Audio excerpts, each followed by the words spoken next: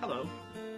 In this video I will show you how to make a 4-way queen mating nuke. Some beekeepers call this a queen castle. It consists of 4 different sections with dividers, 2 combs apiece with a separate entrance, allowing you to mate 4 queens in one deep box. It can be easily made from materials at hand, including exterior grade 3/4 inch plywood. Each section is separated by a divider. There are cover boards for each section, 2 frames with removable divider. That way, if you want to later use it as a 5-frame nucleus, 1 on each side, you sure can do that. I find that they're very useful for overwintering. In this, I chose to use a thicker divider board, again, because I won't just use this as a 4-way mating nuke for queens, but I will use this as a side-by-side 5-frame nuke for overwintering nukes. So to make a 4-way queen mating nuke, or side-by-side 5-frame overwintering nucleus, you need the following materials. Out of 3/4 inch exterior grade plywood, we cut the following. The ends, of which we need 2 of them, measure 16 1/4 by 10 1/4 inches. The sides measure 10 1/4 inches by 19 1/8 inches. We also need 2 of them. The handholds, which are on each end, I like to make out of 1x2. You need 2 of them, and they measure 16 1/4 inches long. For the dividers, we'll need 3 of them. They will measure 11 by 19 inches. 11 inches by 19 inches. You can use thin paneling, Luan board, or even 3/8 inch plywood. You can make them all the same type of material, or like me, I use the 2 side ones to be thinner with the middle one a little thicker, primarily because I will use this also as an overwintering side-by-side nucleus in the winter, and then in the summer I will use it as a 4-way queen mating nuke. It's your choice. For the divider, to keep the dividers separate and also for a place to rest your frames, I use 3/8 inch plywood, and I cut the sections to be about 9 1/2 inches by 3 1/2 inches. You may have to vary that depending on how thick the dividers are that you use. These are basically nailed to the inside of the queen mating nuke so that there will be a place for the frames to rest on with a little gap in between each for the divider boards. Finally, you will need to cut pieces to cover the top of each divided section. They'll be about 20 1/2 inches long. The narrower inside covers will be about 3 1/2 inches wide, and the wider outside will be about 4 1/4 inches wide. You'll probably have to fit to measure. Your measurements may not be exactly the same as I did, depending on how wide your dividers are, for example. But roughly 3 1/2 inches wide for the inside section covers, and 4 1/4 inches wide for the outside section covers. Here's a photo of the covers for each section in place. As you can see, the outer covers are slightly wider than the inner covers.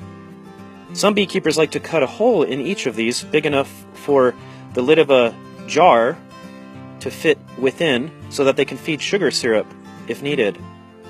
When you're not doing that, you put a telescoping cover over the entire queen nuke. Other supplies include number 6 1 5/8 wood screws to screw the ends and sides together, 4D box nails for nailing the handhold onto each end, and then 3/4 roofing tacks, or you could use 3/4 wood screws to put in the 3/8 internal dividers. The ends are screwed together using the 1 5/8 wood screws.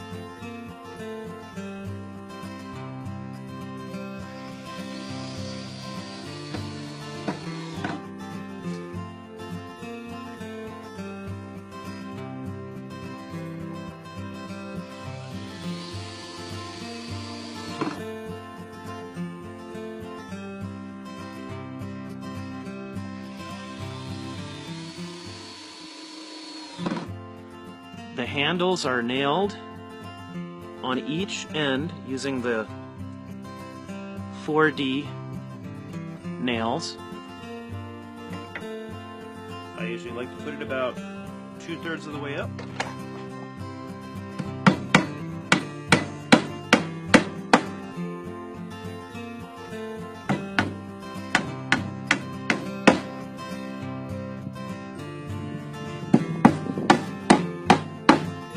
The frame rests, as well as the divider to keep the dividers separate, are nailed in place using 3/4 inch roofing nails. You could use 3/4 inch screws if you would like.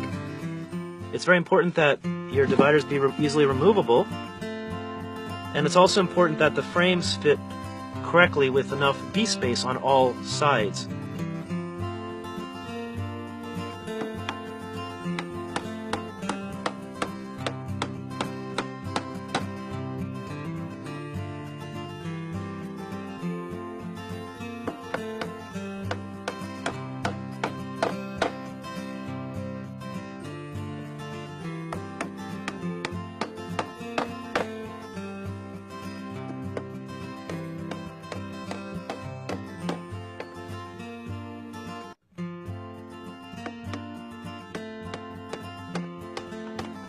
You want the frames to be easily movable, and you want there to be enough space for the bees to be able to get around all sides of the comb.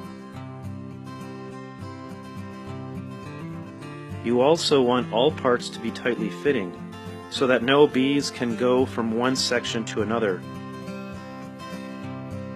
After your mating nuke is screwed and nailed together, it's time to paint the exterior surfaces. Some beekeepers prefer light colors, such as white. In hot climates, that makes sense. A small colony may have difficulty keeping the inside temperatures cool in the summer. I like to use my nuke for overwintering, which is why I prefer a darker color.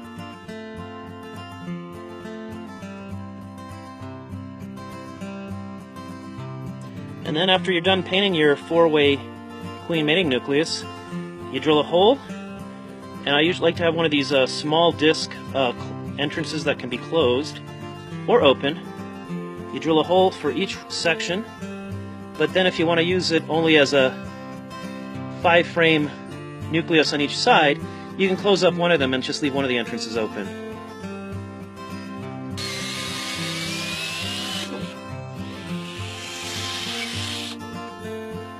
I usually use 1/2 inch to 3/4 inch drill bit.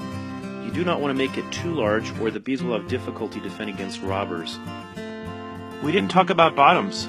You can nail on a permanent bottom out of 3/4 or 3/8 inch plywood if you are only going to use it as a mating nuke. Myself, I like to leave no bottoms and instead have them removable and use a double screen. I cut little notches in there for each of the dividers to fit. If you use a double screen, you can actually put it on top of a full-strength hive for both overwintering side by side or even in the early spring for your 2-frame nukes. So there you have it, how to build a 4-way queen mating nucleus with removable dividers out of a 4x8 sheet of 3/4 inch exterior grade plywood. You may also use it as a side-by-side 5-frame nucleus if you like, by simply removing the dividers on each side and adding another frame. This is Tom Repass of Canyon Rim Honeybees in western South Dakota. Thanks for watching. If you'd like more information, including instructional videos about beekeeping, please go to www.canyonrimhoneybees.com.